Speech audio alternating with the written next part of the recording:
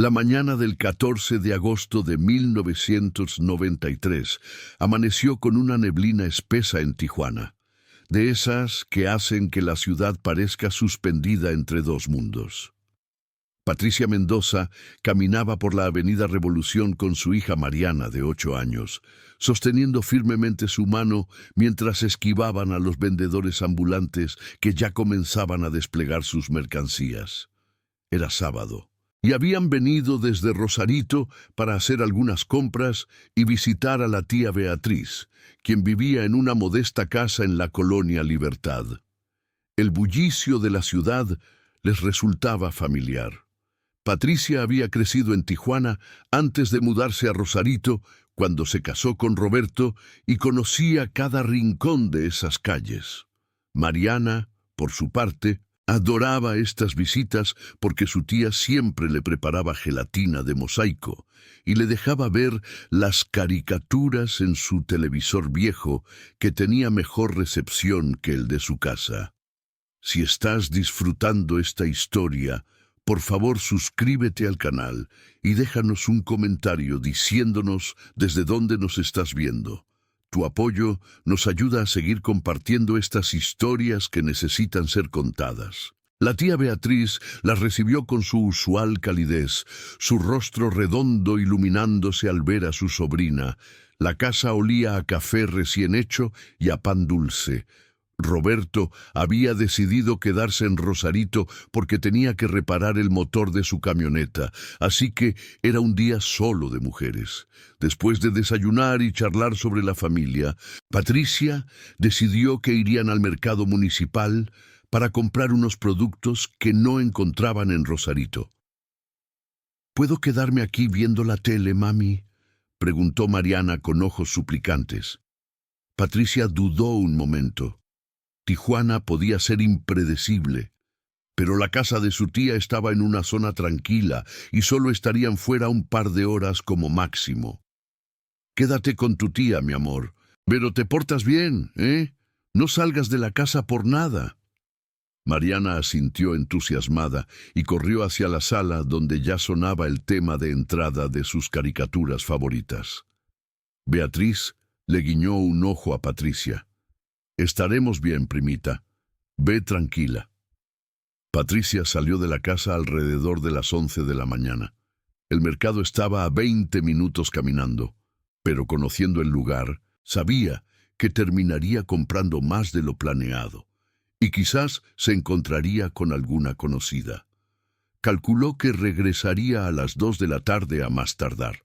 Lo que no podía imaginar es que cuando regresara, exactamente a las 2:15 de la tarde, su vida se habría convertido en una pesadilla de la que jamás despertaría completamente.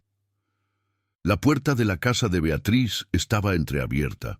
Patricia sintió un escalofrío recorrerle la espalda mientras empujaba la puerta con el hombro, las bolsas del mercado aún colgando de sus manos.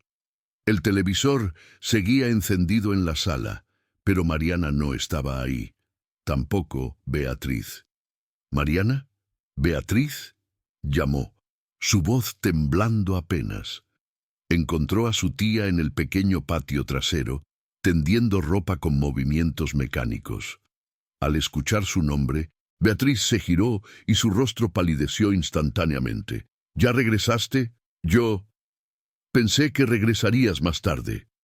¿Dónde está Mariana? El silencio que siguió fue devastador. Beatriz dejó caer la sábana que estaba colgando. Pensé que estaba contigo. Patricia sintió que el mundo se inclinaba bajo sus pies. Las bolsas cayeron al suelo, derramando jitomates y aguacates que rodaron por el patio de cemento. ¿Cómo que pensabas que estaba conmigo? Te la dejé aquí, Beatriz. Te la dejé aquí. Beatriz comenzó a balbucear, las lágrimas ya corriendo por sus mejillas. Yo me quedé dormida en mi cuarto. Solo iba a cerrar los ojos un momento después de que te fuiste. Tenía dolor de cabeza y... Cuando desperté, pensé que ya había regresado y se habían ido juntas. La televisión estaba encendida y yo... Patricia no esperó a escuchar más. Corrió hacia la calle, gritando el nombre de su hija. Los vecinos comenzaron a asomarse, alertados por sus gritos desesperados. La colonia Libertad, que apenas media hora antes le había parecido un lugar familiar y seguro, ahora se transformaba en un laberinto amenazante donde su hija podría estar en cualquier parte. Don Armando, el vecino de al lado, salió de su casa al escuchar el alboroto. «¿Qué pasa, Patricia?» «Mi hija, Mariana, no la encuentro. Tiene 8 años, cabello negro hasta los hombros, vestía un pantalón de mezclilla y una playera rosa con un osito». La noticia se esparció rápidamente por las calles. En minutos, una docena de vecinos se había unido a la búsqueda, llamando el nombre de Mariana, revisando patios, preguntando en cada casa. Beatriz, paralizada por la culpa, permanecía en la puerta de su casa sollozando. Patricia corrió a la tienda de la esquina, donde había un teléfono público. Con manos temblorosas, marcó el número de su casa en Rosarito. Roberto contestó al tercer timbre. «Roberto». Apenas pudo articular antes de que su voz se quebrara. «¿Qué pasó? ¿Estás bien? Es Mariana. Desapareció. Estamos en casa de Beatriz y...» «No la encuentro, Roberto. No la encuentro». El silencio del otro lado de la línea duró apenas 2 segundos, pero a Patricia le pareció eterno. «Voy para allá. Llama a la policía». «Ya voy». Patricia colgó y marcó inmediatamente a la policía municipal. La operadora que atendió su llamada parecía hastiada, como si hubiera escuchado la misma historia 1000 veces. «¿Cuánto tiempo tiene desaparecida?» «No lo sé. 1 hora, tal vez 2. Señora, necesitamos que pasen 24 horas para...» «Es una niña de 8 años», gritó Patricia. Algo le pudo haber pasado. «Necesito que vengan ahora». La operadora suspiró audiblemente. «Voy a enviar una patrulla, pero señora, la mayoría de las veces los niños solo se fueron a jugar con algún amigo o...» Patricia azotó el auricular contra el teléfono una y otra vez hasta que el plástico se agrietó. La frustración y el terror la estaban consumiendo. Regresó corriendo a la casa de Beatriz, donde ahora había al menos 20 personas buscando, preguntando, especulando. Doña Carmen, una mujer mayor que vivía 3 casas más abajo, se acercó a Patricia con expresión seria. «Niña, escuché que buscas a tu hija. Yo vi algo esta mañana». El corazón de Patricia se aceleró. «¿Qué viste?» «Como a las 12:30, vi a una niña que podría ser tu hija caminando por la calle con un hombre. Pensé que era su papá porque iban de la mano, pero no se veían apurados ni nada raro.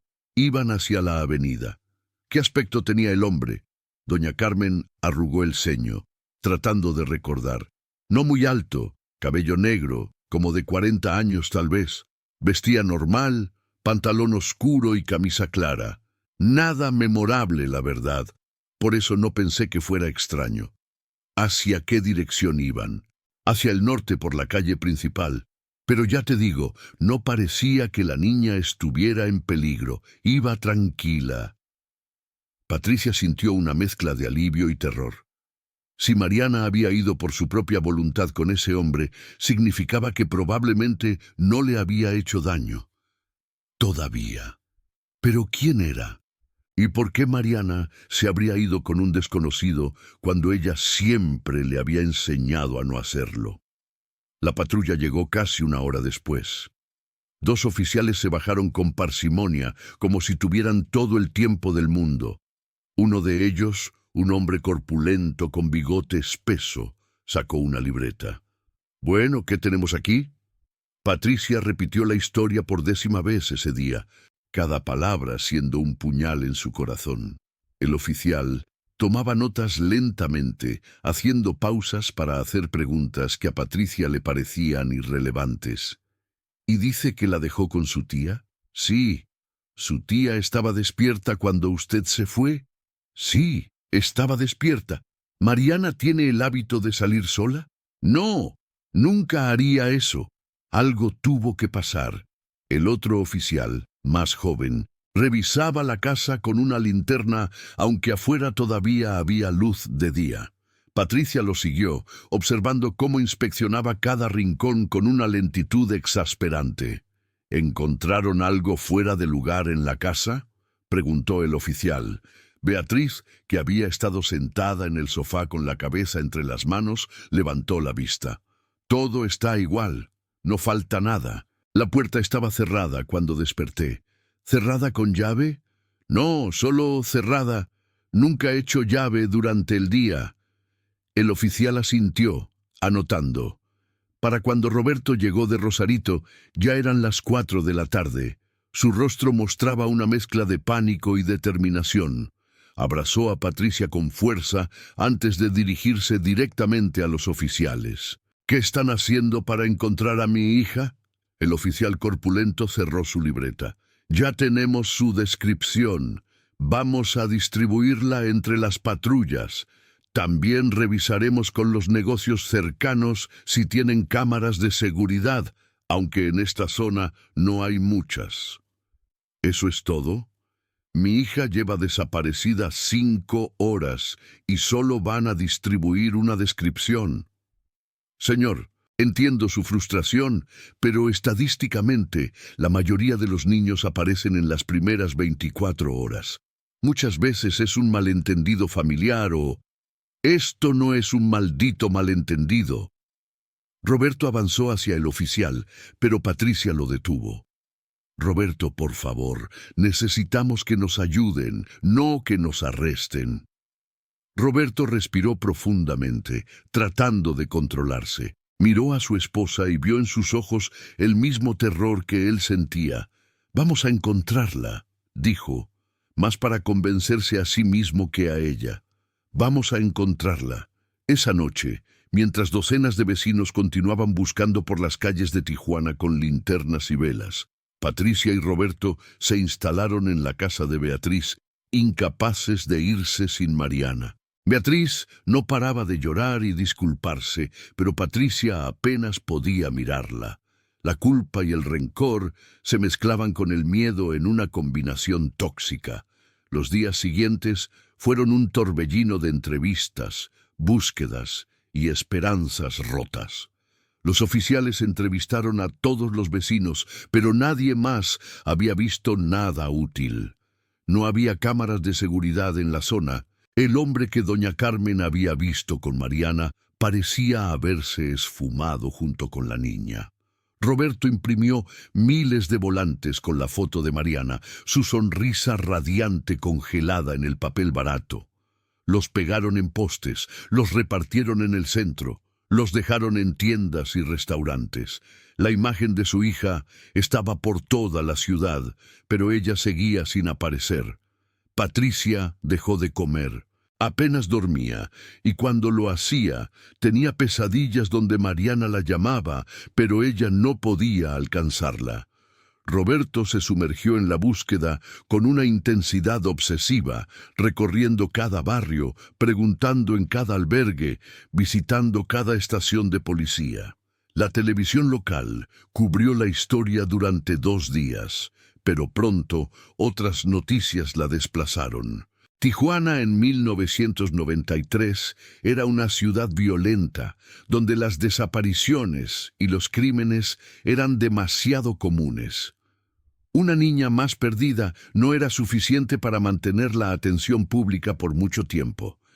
2 semanas después de la desaparición, un detective de la policía municipal, llamado Héctor Ramírez, fue asignado al caso. Era un hombre de unos 50 años, con el rostro marcado por décadas de ver lo peor de la humanidad. Se sentó con Patricia y Roberto en la casa de Beatriz, su libreta abierta frente a él. «He revisado el expediente», comenzó con voz grave, «y quiero ser honesto con ustedes. Sin testigos confiables, sin evidencia física, sin pistas claras. Este tipo de casos son extremadamente difíciles». «Tiene que haber algo», insistió Roberto.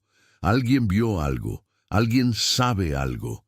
Ramírez asintió lentamente. «Tal vez.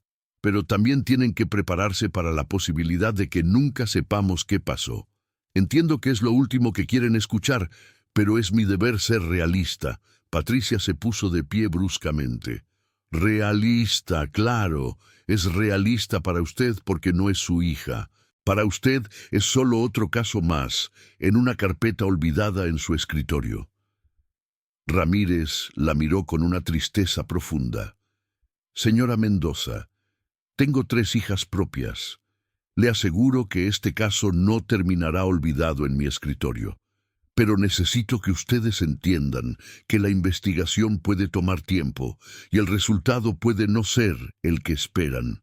Los meses pasaron y Tijuana siguió girando, indiferente al dolor de la familia Mendoza. Patricia y Roberto regresaron a Rosarito, pero su casa ya no era un hogar. Era un mausoleo lleno de recuerdos de Mariana. Sus juguetes sin tocar, su ropa aún colgada en el armario, sus dibujos pegados en el refrigerador. Roberto volvió a trabajar porque necesitaban el dinero, pero su desempeño se deterioró. Patricia no pudo regresar a su empleo en una tienda de ropa. Apenas podía levantarse de la cama la mayoría de los días. La relación entre ellos comenzó a fracturarse bajo el peso de la tragedia. Se culpaban mutuamente, aunque nunca lo dijeran en voz alta. ¿Por qué habían ido a Tijuana ese día? ¿Por qué Patricia había dejado a Mariana con Beatriz? ¿Por qué Roberto no había ido con ellas? Beatriz se sumió en una depresión profunda. Dejó de salir de su casa, atormentada por la culpa. Su relación con Patricia se rompió definitivamente. Nunca más se hablaron después de aquellos primeros días terribles. El detective Ramírez continuó investigando, pero cada pista lo llevaba a un callejón sin salida. Entrevistó a conocidos sexuales registrados en la zona. Revisó reportes de avistamientos de Mariana en otras ciudades. Coordinó con autoridades estadounidenses por si la niña había sido llevada al otro lado de la frontera. Pero no había nada concreto, solo rumores y falsas esperanzas. En 1994, Patricia quedó embarazada. Fue un embarazo no planeado que la llenó de sentimientos encontrados. Por un lado, sentía que traer otra vida al mundo era una traición a Mariana. Por otro, una parte de ella anhelaba tener algo a lo que aferrarse, una razón para seguir viviendo. Roberto recibió la noticia con una mezcla similar de emociones. En marzo de 1995 nació Diego. Era un bebé sano que lloraba fuerte y succionaba con avidez. Patricia lo amaba, pero ese amor venía teñido de dolor, porque cada vez que lo veía pensaba en Mariana. ¿Dónde estaría su hija ahora? ¿Tendría hambre? ¿Estaría asustada? ¿Seguiría viva? Los años pasaron con una lentitud agónica. Diego creció sin conocer a su hermana más que por las fotos que cubrían las paredes de la casa. Patricia le hablaba de Mariana constantemente, como si mantenerla viva en las conversaciones pudiera de alguna manera traerla de vuelta. Roberto se distanció emocionalmente. Trabajaba largas horas y cuando estaba en casa permanecía callado. La chispa que alguna vez había animado su matrimonio se había extinguido la mañana en que Mariana desapareció. El detective Ramírez se jubiló en 1999. Antes de irse, visitó a la familia Mendoza una última vez. «Nunca dejé de buscarla», les dijo, su voz cargada de remordimiento. «Siento no haber podido darles respuestas». Patricia apenas pudo mirarlo.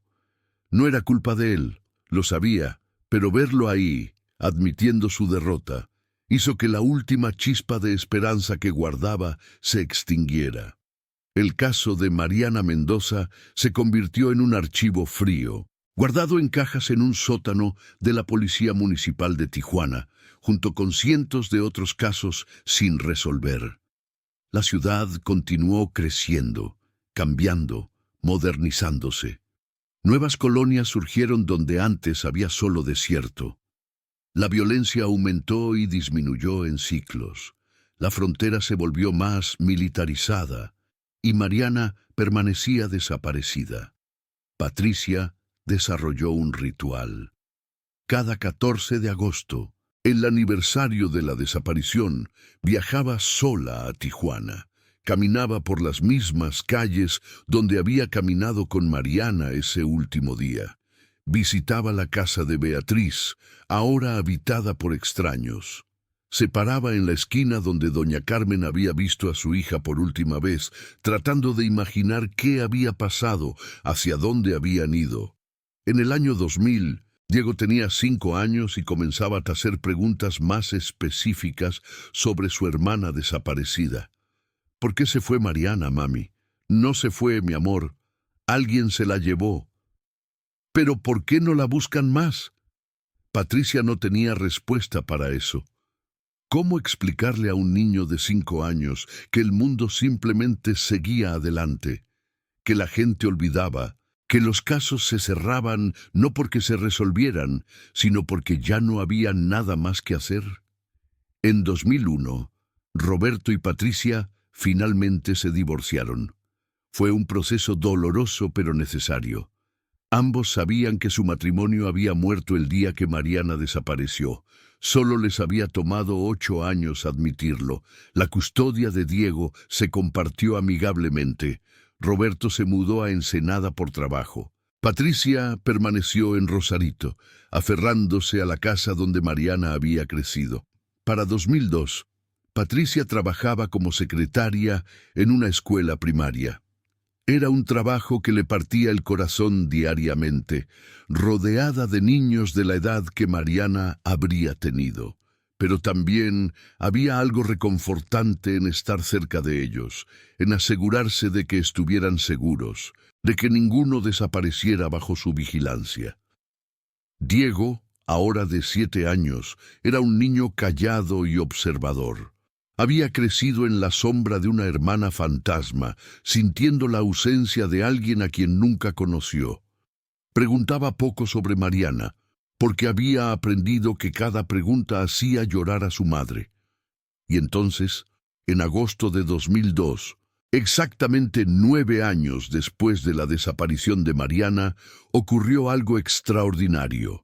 Diego estaba ayudando a su madre a limpiar el garaje, una tarea que habían pospuesto durante años. Entre cajas polvorientas de decoraciones navideñas y herramientas oxidadas, encontró una vieja cámara de video. «Mami, ¿qué es esto?». Patricia levantó la vista de la caja que estaba revisando y sintió un vuelco en el estómago. Era la videocámara que Roberto había comprado en 1992, justo antes de que naciera Mariana. La había usado obsesivamente durante los primeros años, grabando cada momento importante, los primeros pasos de Mariana, sus cumpleaños, la Navidad. «Es una cámara vieja, mi amor, de cuando tu papá y yo todavía estábamos juntos. ¿Puedo verla?». Patricia dudó. Hacía años que no veía esos videos. Le dolía demasiado. Pero la curiosidad inocente en los ojos de Diego la conmovió. «Está bien, pero creo que las baterías están muertas». Diego llevó la cámara adentro con el cuidado de quien sostiene un tesoro. Patricia encontró el cargador en otra caja y lo conectó. Para su sorpresa, después de 9 años de abandono, la cámara aún funcionaba. Esa noche, después de que Diego se fue a dormir, Patricia se sentó sola en la sala con la cámara. Reprodujo los videos en la pequeña pantalla LCD, viéndose a sí misma 9 años más joven, con Mariana en brazos. Las lágrimas corrían libremente por su rostro mientras veía a su hija reír, jugar, vivir. Y entonces vio algo que la hizo pausar el video. Era una grabación del cumpleaños de Mariana en 1993, apenas 2 semanas antes de su desaparición. Roberto había llevado la cámara a la fiesta y había filmado durante horas. Patricia recordaba ese día. Habían rentado un pequeño salón en Rosarito e invitado a todos los amigos de Mariana de la escuela y a la familia. En el video, los niños jugaban mientras los adultos charlaban en el fondo. Roberto había estado filmando los juegos cuando la cámara se movió bruscamente, capturando un momento que Patricia no recordaba haber presenciado. En la esquina del cuadro, parcialmente oculto detrás de una columna, había un hombre. No era alguien que Patricia reconociera de inmediato, pero había algo familiar en él. Tenía aproximadamente 40 años, cabello negro, vestido con ropa casual, y estaba observando a Mariana con una intensidad inquietante. Patricia retrocedió el video y lo pausó, acercando la cámara a sus ojos. El hombre no estaba participando en la fiesta. No hablaba con nadie, solo observaba a Mariana mientras ella soplaba las velas de su pastel. El corazón de Patricia comenzó a latir con fuerza. ¿Quién era ese hombre? ¿Por qué estaba en la fiesta de cumpleaños de su hija? Avanzó el video lentamente, cuadro por cuadro. El hombre permaneció ahí durante varios minutos antes de salir del encuadre. Roberto había seguido filmando sin notar nada extraño. Patricia pasó la siguiente hora revisando cada segundo del video, buscando más apariciones del hombre misterioso. Lo encontró en otros 2 momentos, una vez cerca de la mesa de regalos, mirando fijamente hacia donde estaba Mariana, y otra vez junto a la puerta de salida, justo antes de que el video terminara. No era su imaginación. Ese hombre había estado en la fiesta de cumpleaños de Mariana, observándola, y 2 semanas después, Mariana había desaparecido en Tijuana con un hombre que coincidía con la descripción que doña Carmen había dado. Mediana estatura, cabello negro, alrededor de 40 años. Patricia apenas durmió esa noche. Su mente giraba con posibilidades y preguntas. ¿Cómo había llegado ese hombre a la fiesta? ¿Quién lo había invitado? ¿O simplemente había entrado sin invitación? A la mañana siguiente, llamó a Roberto. «Necesito que vengas, es urgente, tiene que ver con Mariana». Roberto llegó 3 horas después, conduciendo desde Ensenada. Patricia le mostró el video, señalando al hombre misterioso. Roberto entrecerró los ojos, observando la pantalla de la cámara. «No lo reconozco, ¿tú sí?» «No estoy segura, pero Roberto, mira cómo la observa». Y la descripción que dio doña Carmen coincide con él. Roberto tomó la cámara y reprodujo el video varias veces. «Tenemos que llevar esto a la policía». Patricia ya había pensado en eso, pero también sabía cuán escépticas podían ser las autoridades. Han pasado 9 años. ¿Crees que les importe? Tiene que importarles. Es evidencia nueva. Esa tarde, Patricia y Roberto viajaron a Tijuana con la videocámara. El caso de Mariana había pasado por varios detectives después de la jubilación de Ramírez. El actual a cargo era una mujer llamada Laura Sánchez, una detective joven pero competente que había heredado docenas de casos fríos. Sánchez los recibió en su oficina desordenada, rodeada de archivos y fotografías de casos sin resolver. «¿Qué puedo hacer por ustedes?». Patricia le explicó sobre el video mientras Roberto conectaba la cámara a un televisor viejo en la oficina. Sánchez observó con atención, su expresión profesional sin revelar nada. Cuando el video terminó, permaneció en silencio durante un largo momento. «Es interesante», dijo finalmente, «pero necesito ser honesta con ustedes. Un hombre en el fondo de un video de cumpleaños no es suficiente para reabrir oficialmente una investigación. No hay conexión directa entre él y la desaparición». «Pero la descripción coincide», insistió Patricia, «y el hecho de que estuviera ahí, observándola de esa manera». «Lo entiendo, señora Mendoza, y no estoy diciendo que no sea relevante, pero necesitamos identificar a este hombre primero. ¿Pueden hacer copias de este video y dejarme una? Voy a mostrárselo a algunos de mis colegas, ver si alguien lo reconoce». Patricia sintió una mezcla de frustración y esperanza renovada. No era la respuesta que quería, pero al menos la detective no había descartado la evidencia por completo. Durante las siguientes semanas, Sánchez cumplió su palabra, mostró capturas del video a otros detectives, distribuyó la imagen entre las patrullas. Patricia hizo copias del video y comenzó a mostrárselo a personas que habían estado en la fiesta de cumpleaños de Mariana. Fue Silvia, una de las madres de los compañeros de escuela de Mariana, quien finalmente proporcionó la primera pista real. «Ese hombre», dijo Silvia, señalando la imagen congelada en la pantalla de la televisión de Patricia. «Creo que lo he visto antes. No estoy segura, pero me parece que trabajaba en el servicio de limpieza del salón que rentaste para la fiesta». Patricia sintió que todo su cuerpo se tensaba. «¿Estás segura?» «No completamente, pero sí, creo que es él. Era uno de los empleados que estaba limpiando antes de la fiesta. Recuerdo que me pareció raro que siguiera ahí cuando empezó la celebración, pero pensé que tal vez tenía que terminar algo». Esta información llevó a Patricia y a Roberto de vuelta al salón de fiestas en Rosarito, un lugar llamado Salón Arcoíris.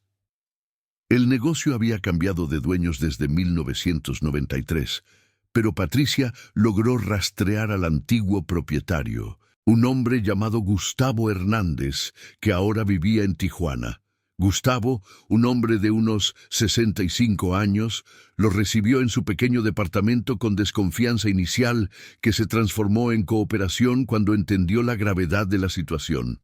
«Sí, recuerdo ese día», dijo después de ver el video, «y creo que sé quién es ese hombre. Se llamaba Rafael Moreno. Trabajó para mí durante unos 6 meses en 1993. Era conserje». «¿Tiene alguna forma de contactarlo?», preguntó Roberto, su voz tensa. Gustavo negó con la cabeza. Se fue sin avisar poco después de ese verano. Nunca volvió a recoger su último cheque. Pensé que había encontrado algo mejor o tal vez tuvo problemas. Nunca supe. ¿Recuerda algo más sobre él? ¿Dónde vivía? ¿Tenía familia? Gustavo se rascó la cabeza tratando de recordar.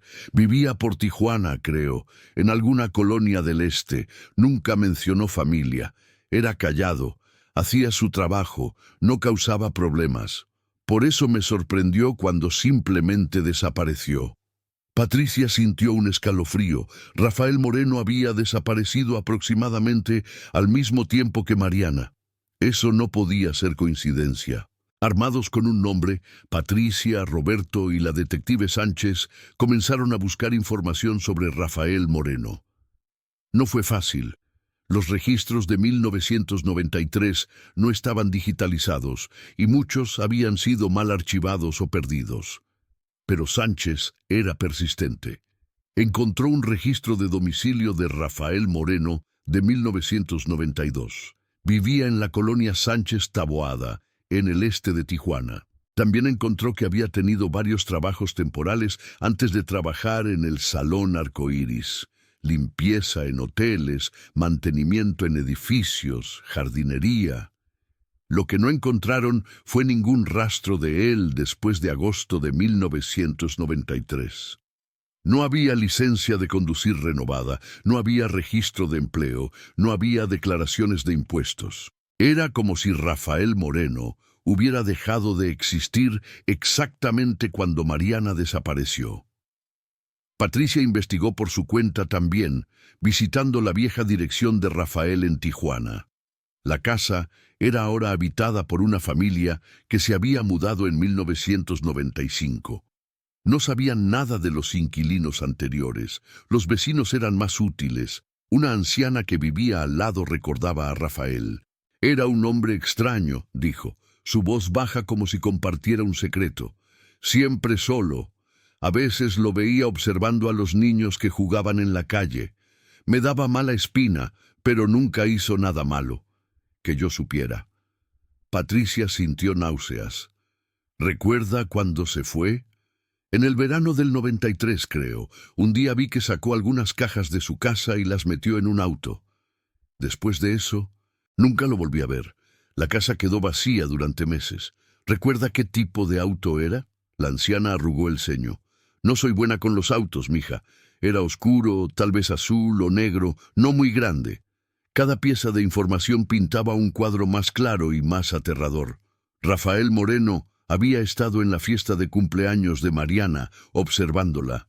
2 semanas después, Mariana había desaparecido en Tijuana con un hombre que coincidía con su descripción, y poco después de eso, Rafael había desaparecido él mismo, llevándose todo rastro de su existencia.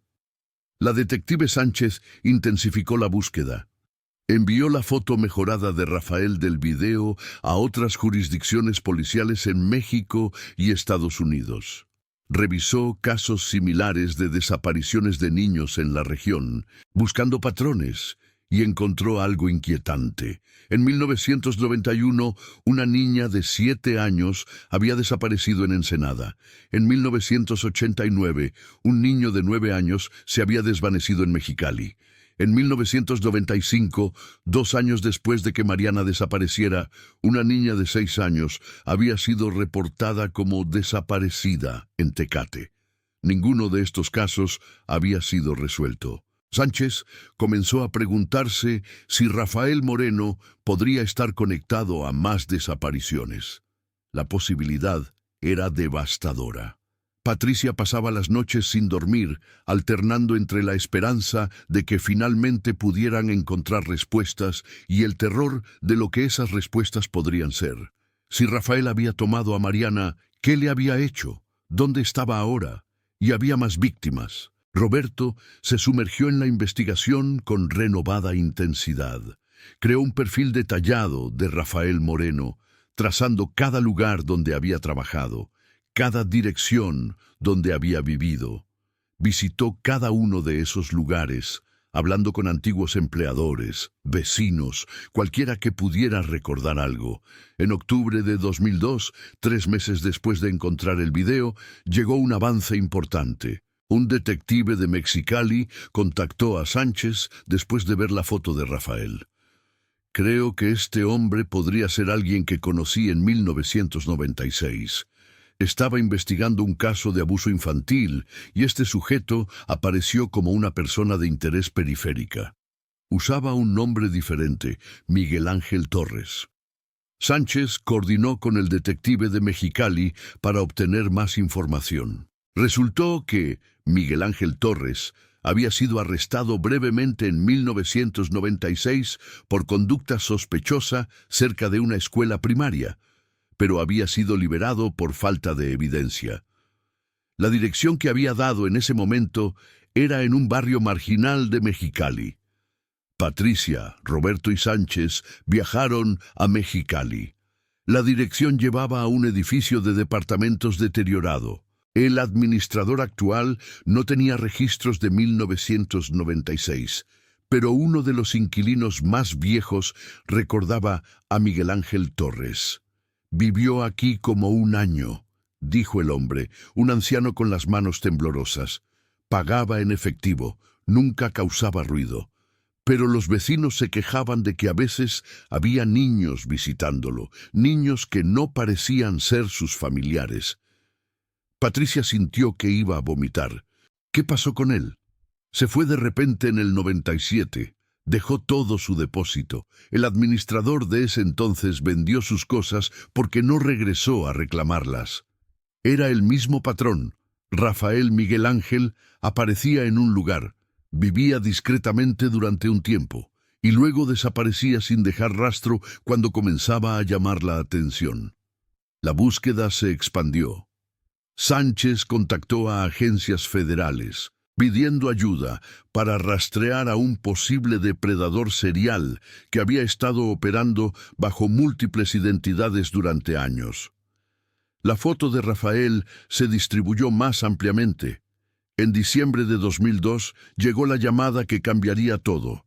Un hombre en Phoenix, Arizona, contactó a las autoridades después de ver la foto de Rafael en un programa de crimen de la televisión en español. Afirmaba conocer a alguien que se parecía mucho a la foto, un hombre que trabajaba en mantenimiento en un complejo de departamentos en Phoenix y que usaba el nombre de Carlos Ruiz. Las autoridades estadounidenses fueron alertadas. Agentes del FBI en Phoenix comenzaron una vigilancia discreta del hombre identificado como Carlos Ruiz. Confirmaron que su apariencia coincidía con la foto de Rafael Moreno, aunque había envejecido y ahora tenía canas. Sánchez viajó a Phoenix con la foto original y otros documentos. Después de revisar la evidencia, los agentes determinaron que había causa probable para interrogar a Carlos Ruiz. El arresto se hizo un martes por la mañana cuando Carlos Ruiz salía de su trabajo. Fue llevado a una oficina del FBI para ser interrogado. Patricia y Roberto recibieron la noticia por teléfono. Sánchez los llamó desde Phoenix. Lo tenemos.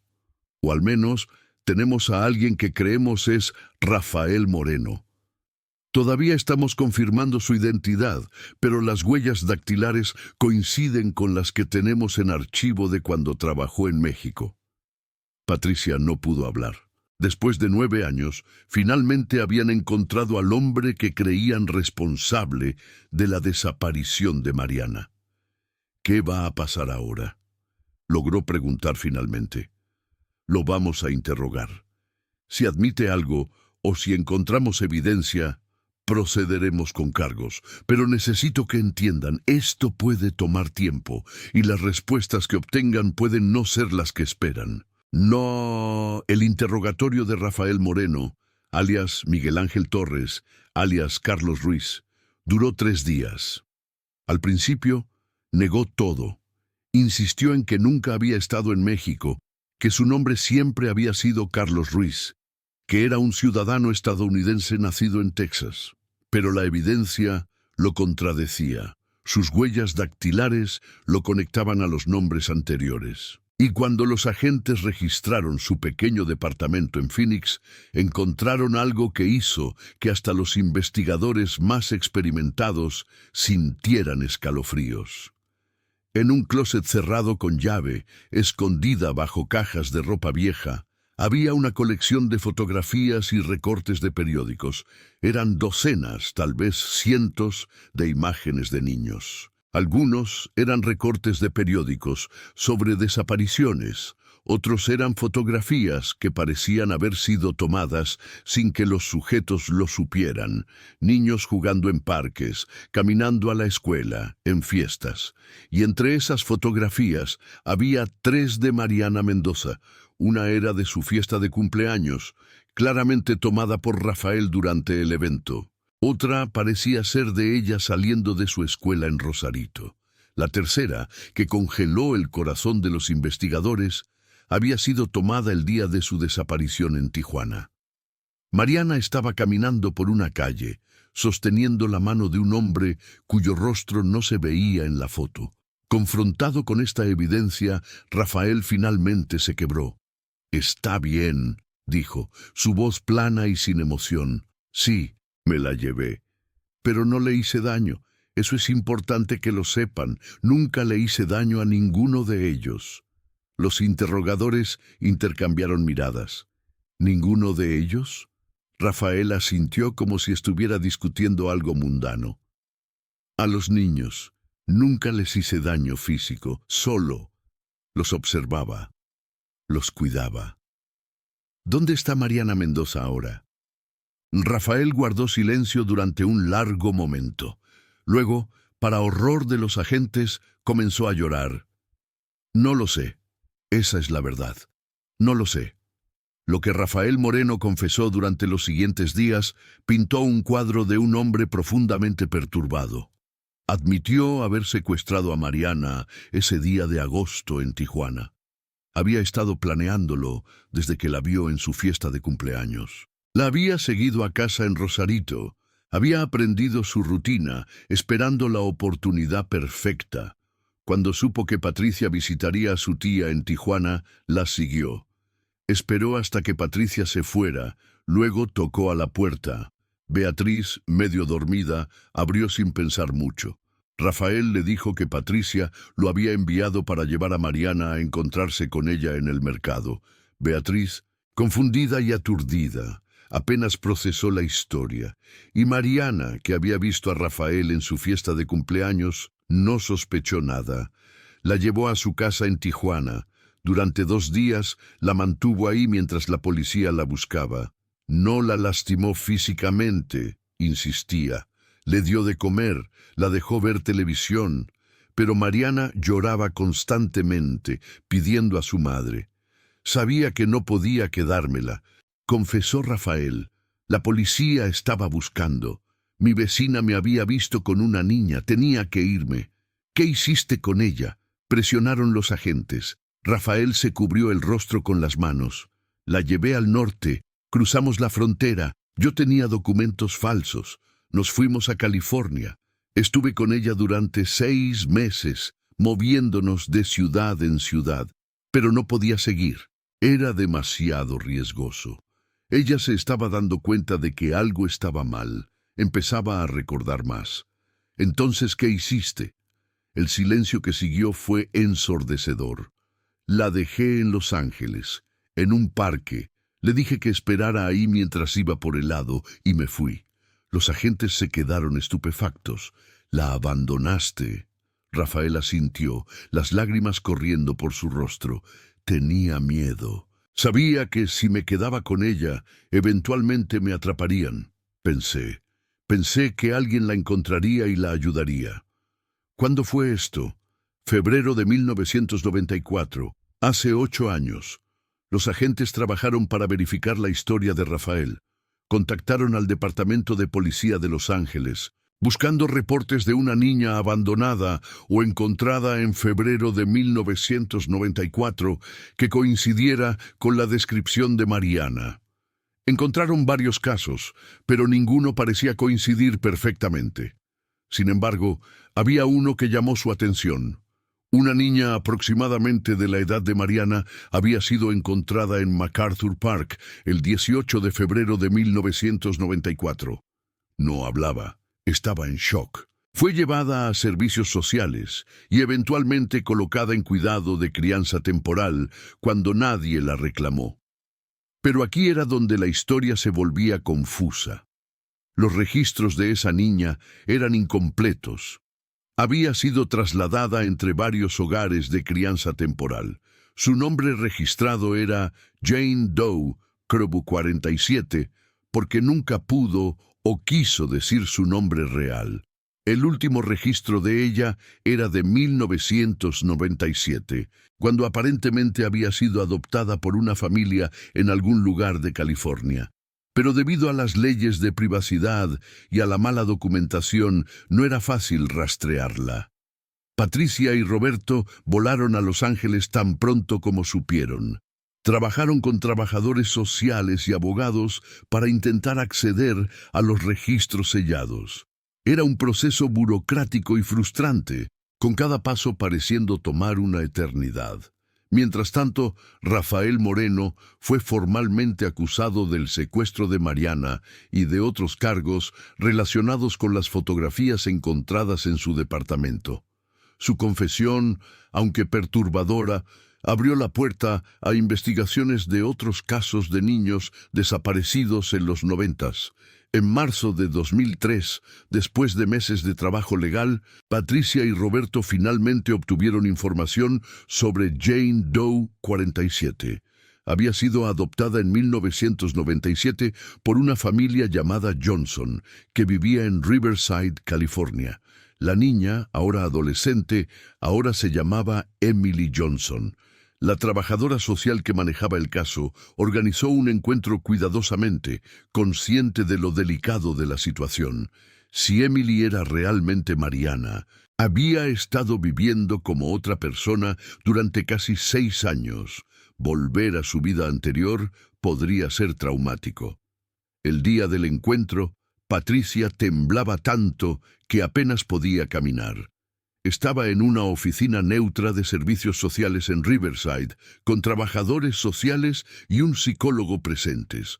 Roberto estaba sentado a su lado, apretando su mano con tanta fuerza que le dolía. La puerta se abrió y entró una adolescente de 15 años. Era alta, con cabello negro hasta los hombros y ojos castaños oscuros. Se parecía a Mariana, pero también era diferente. 9 años habían pasado. La niña de 8 años que Patricia recordaba ahora Era casi una mujer. Emily entró tímidamente, acompañada por sus padres adoptivos, los Johnson. Parecía confundida y asustada. Patricia se puso de pie lentamente, las lágrimas ya corriendo por su rostro. «¿Mariana?», susurró. Emily la miró con una expresión de reconocimiento y confusión mezcladas. Abrió la boca, cerró los ojos y luego las lágrimas comenzaron a caer. «Mami», dijo, su voz apenas audible. «¿Eres mi mami?». Patricia cruzó la habitación en 2 pasos y abrazó a su hija por primera vez en casi 10 años. Ambas sollozaban, aferrándose la una a la otra como si tuvieran miedo de que si se soltaban volverían a perderse. Roberto se unió al abrazo, sus propias lágrimas cayendo libremente. Diego, que había estado esperando afuera, fue traído para conocer finalmente a la hermana de la que había escuchado toda su vida. Los siguientes meses fueron un proceso complejo de reunificación. Emily Mariana recordaba fragmentos de su vida anterior, su madre, su casa en Rosarito, la música que su padre escuchaba en la camioneta, pero también había lagunas enormes y muchos de sus recuerdos estaban teñidos de trauma. Recordaba haber sido tomada, recordaba al hombre que ahora sabía se llamaba Rafael, recordaba llorar mucho, recordaba moverse de lugar en lugar, y recordaba ser dejada en el parque, esperando y esperando hasta que una mujer amable llamó a la policía. Después de eso, sus recuerdos se volvían confusos. Los trabajadores sociales, los doctores, las casas temporales. En algún punto, había dejado de hablar sobre su vida anterior porque nadie parecía entenderla o creerle. Había construido una nueva identidad como Emily, porque era más fácil que luchar por recordar quién había sido. La familia Johnson, devastados por el descubrimiento pero queriendo lo mejor para Emily, cooperaron plenamente. Habían adoptado a Emily de buena fe, amándola como a su propia hija. Ahora enfrentaban la posibilidad de perderla. Las discusiones legales y emocionales fueron intensas. ¿Dónde debería vivir Mariana Emily? ¿Con su familia biológica que la había buscado durante años o con su familia adoptiva que la había criado durante 6 años? Finalmente, con la ayuda de terapeutas y mediadores, llegaron a un acuerdo. Mariana Emily pasaría tiempo con ambas familias. Comenzaría a reconectarse con Patricia, Roberto y Diego, pero tampoco sería arrancada completamente de la vida que había construido con los Johnson. Era complicado, doloroso y a veces frustrante, pero era mejor que la alternativa: no tener respuestas, no saber qué había pasado con Mariana.